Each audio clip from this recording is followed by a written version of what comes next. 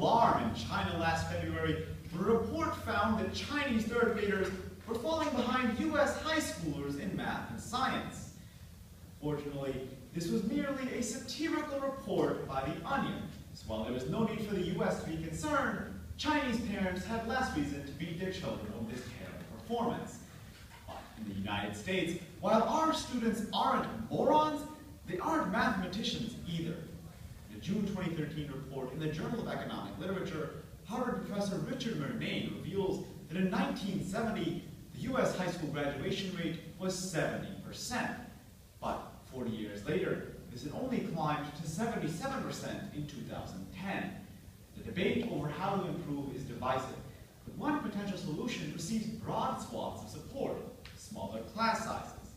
In a landmark 2007 survey, the think tank Education Next found that 77% of Americans preferred education funds being used to reduce class sizes rather than increase teacher salaries.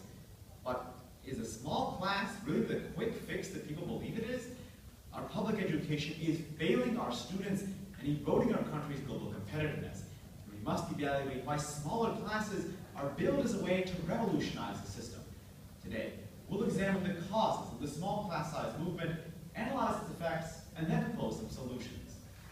The Onion was shocked when it found that compared to US high schoolers, Chinese third graders took 10 minutes longer to find the solution to a polynomial function. Shameful. But in the United States, it's taken decades for us to figure out that smaller classes could be a solution to underperformance. There are two principal causes: historical precedent and economic policy. The structure of our system traces back to England's 1868 Public Schools Act, an attempt to regulate and standardize English schools, which America emulated. At that time, disparities in class size were not viewed as affecting educational quality. In August 2011, Michigan State University found that Project STAR was the turning point for America's perception of class size. Project STAR, or Student-Teacher Achievement Ratio, was a statewide initiative in Tennessee in the mid-1980s that tested how students in kindergarten through third grade would respond to being in a smaller class. The researchers followed the students throughout the school system and witnessed unprecedented results. The students who spent years in kindergarten through third grade being in a smaller class were found to have better test scores and a higher chance of graduating high school. Parents across the nation, amazed at Project STAR's outcomes, began to clamor for these smaller class sizes. The Education Commission for the States pointed out in 2005 that following Project STAR, a whopping 24 states began to institute measures to reduce class sizes. But the movement couldn't have gained traction without the second principal cause: the economy. Reducing class size is a costly undertaking that requires more teachers, resources, and oversight in public schools. But the results of Project STAR came at a time of strong economic performance and budget surpluses in many states. In the late 80s and early 90s, voters and legislators are already wondering where this surplus money should be spent. Project STAR's findings spurred parents, state officials, and educators to unite on the effort to allocate states ample funds toward reducing class sizes. In their article, Class Size Reduction in Student Outcomes, published in the winter 2009 edition of the Journal of Human Resources, Christopher Jepson and Stephen Rifkin note that in the late 90s, California was spending more than $1 billion a year shrinking class size in the early grades from 30 students to 20. And some states went even further. Florida passed a 2002 constitutional amendment that instituted maximum class sizes in all grades. The economic climate that was favorable at that time made these expensive policies seem feasible. The imaginary Chinese officials in the Onion article had good reason for their alarm. After all, if Chinese third graders are doing so poorly now, how will they get into Harvard when they turn 13? It's anyone's guess. But in the United States, these small class sizes have two main effects. Unfortunately, neither one of them is admission to Harvard. Instead, they are negligible impacts and a price tag that's no longer feasible. The Brookings Institute fellow Matthew M. Chingles, in his study Class Size and Student Achievement, published in the December 2012 edition of the Journal of Policy Analysis and Management, found that in total, there have been 59 studies determining the effect of class size on student achievement. GENIOS calculates that these studies offer 278 estimates of the impact of class size, and the results are dismal. A mere 11% of these estimates correlate smaller classes with increased student achievement. A similar amount, 9%, find smaller classes as hurting student achievement, and the remaining 80% find no effect whatsoever.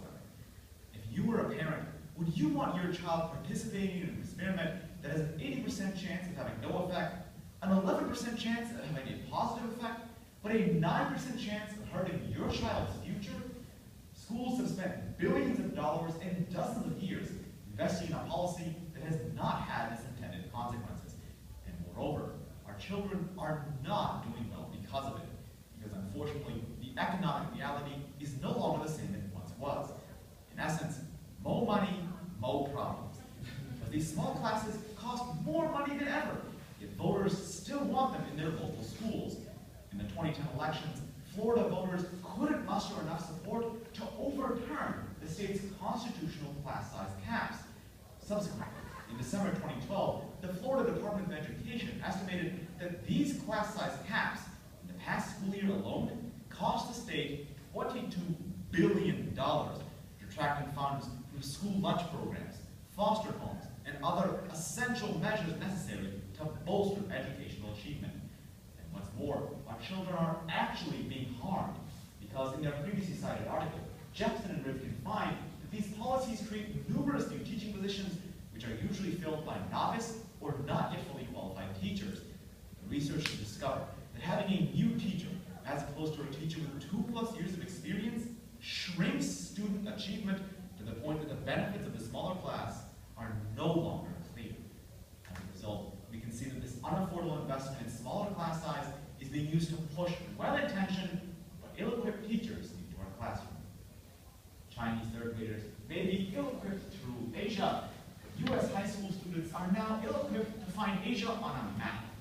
We must pursue solutions to this small class size crisis, and we can do so on the personal and institutional level.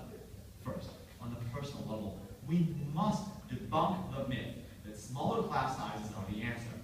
Talk to a parent you know, or even send an editorial to a local paper explaining why you feel that allowing larger class sizes of 20 to 30 students could benefit the community's children.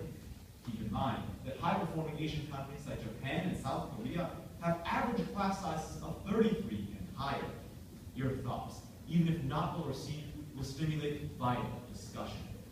But more importantly, on the institutional level, we need to propose a more effective educational approach by pushing for more technology in the classroom. The New York Times reported on September 12, 2013, that tablets specialized for educational use cost only $200 each, but allow each student to have a personalized learning experience and learn at his or her own pace. Moreover, the Times found that buying these cheap tablets reduces or eliminates the need for schools to buy costly textbooks which already consume the majority of school budgets.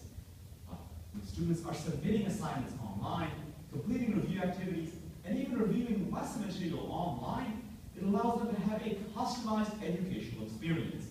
Meanwhile, the teacher has a method to keep track of each student's progress and can connect with each student individually.